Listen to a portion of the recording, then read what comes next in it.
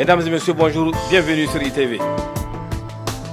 Au-delà des frontières, jumelage entre école du CEF et école francophone hors du Canada. Aller à la rencontre de l'autre constitue généralement un blocage pour certains apprenants. Ce problème découle généralement de plusieurs aspects, tels que le milieu scolaire de l'apprenant, la maîtrise d'une langue étrangère, la diversité culturelle. D'où la nécessité d'organiser des activités de jumelage de correspondance. Au-delà des frontières constitue une forme de correspondance scolaire. C'est un projet d'échange et de partage entre les groupes d'élèves d'horizons différents et de réalités différentes. À partir de cette activité, les élèves vont trouver en effet une occasion de se faire de nouveaux amis, de partager leurs intérêts, de réfléchir sur des thèmes variés, de prendre le goût à l'écriture. Ce projet est conçu à l'intention plus particulièrement des classes du deuxième cycle, du primaire et du troisième cycle. C'est donc dans le contexte d'une correspondance partagée électroniquement que les activités se déroulent via Zoom.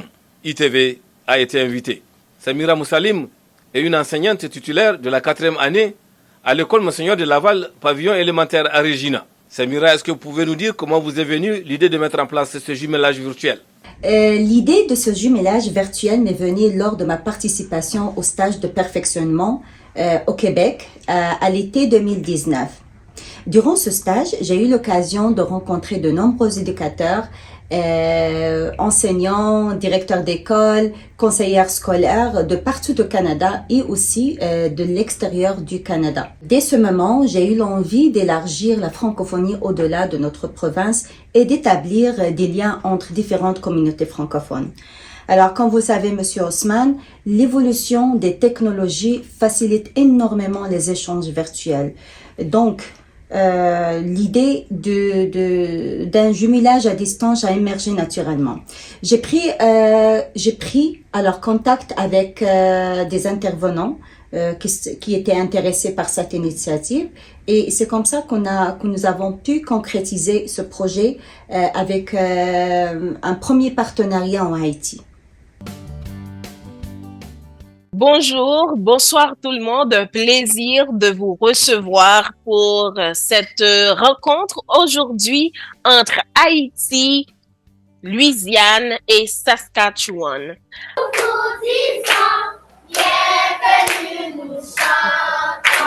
Quels sont les objectifs principaux de ce jumelage pour vos élèves? Alors, l'objectif principal de ce jumelage est de montrer aux élèves que la francophonie ne se limite pas à leur école ou à leur communauté, mais qu'elle s'étend à travers le monde.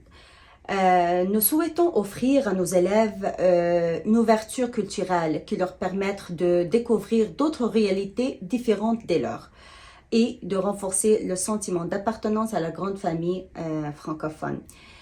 Évidemment, ce projet leur permet également de développer des compétences en communication, d'échanger sur leur activités ou expériences scolaires et de découvrir d'autres traditions et d'autres modes de vie. Est-ce que vous envisagez d'élargir le projet à d'autres régions ou de le faire évoluer d'une certaine manière à l'avenir? Absolument. Depuis le premier jumelage avec Haïti, le Port-au-Prince, nous avons déjà élargi le programme à la Louisiane aux États-Unis et d'autres provinces canadiennes. L'objectif est de continuer à diversifier nos échanges et en intégrant de nouvelles régions francophones. Bonjour à tous, donc je me présente, je suis Célia Abreu, j'enseigne en 4e grade en immersion française. Donc nous nous trouvons aux États-Unis, en Louisiane, dans une ville qu'on appelle Lake Charles. Et je suis donc le professeur de 4e grade et on a Madame Castro qui est juste ici et qui est le professeur de 5e grade. Donc nos élèves, ils sont en immersion française, donc ce sont des élèves qui parlent anglais et qui sont de langue maternelle anglaise. Et donc, ils participent à un programme pour apprendre le français au travers de différentes disciplines qui sont enseignées en français. Donc, par exemple, on va enseigner les social studies en français, les sciences sociales. On va enseigner le français, bien sûr, les mathématiques en français. On va enseigner les maths. Les maths, on a déjà dit. Enrichment en français également. Donc, le projet que nous voulons établir avec vous, c'est un projet d'échange. Donc, nous voulons en apprendre plus sur votre culture, sur votre pays, et on fera de même. On partagera un peu nos connaissances culturelles du pays. Et nous sommes très heureux de mener ce projet avec vous et on espère que ça va faire plaisir aux enfants. Quels sont les impacts observés chez les élèves, tant sur le plan linguistique que culturel? Évidemment, ce programme a un impact très positif sur les élèves. D'ailleurs, sur le plan linguistique, il motive les élèves à parler français avec plus d'assurance, car ils se rendent compte que leur langue est vivante et partagée par plusieurs d'autres jeunes dans le monde. Sur le plan culturel, ce programme leur permet de mieux comprendre la diversité des accents et des expressions francophones. Alors, tout en découvrant des réalités différentes des leurs. Donc, c'est une expérience vraiment très enrichissante qui développe aussi leur ouverture d'esprit et leur curiosité. Quelle est la réaction des élèves face à la diversité des accents et des cultures francophones qu'ils découvrent? Comme vous le savez, les enfants sont généralement très enthousiastes et curieux.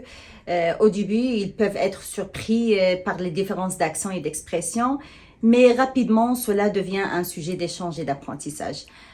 Ils trouvent cela très fascinant de voir qu'une même langue peut être parlée de façon si variée. Et cela renforce évidemment leur sentiment d'appartenance à la francophonie et les pousse à s'intéresser davantage aux cultures des autres.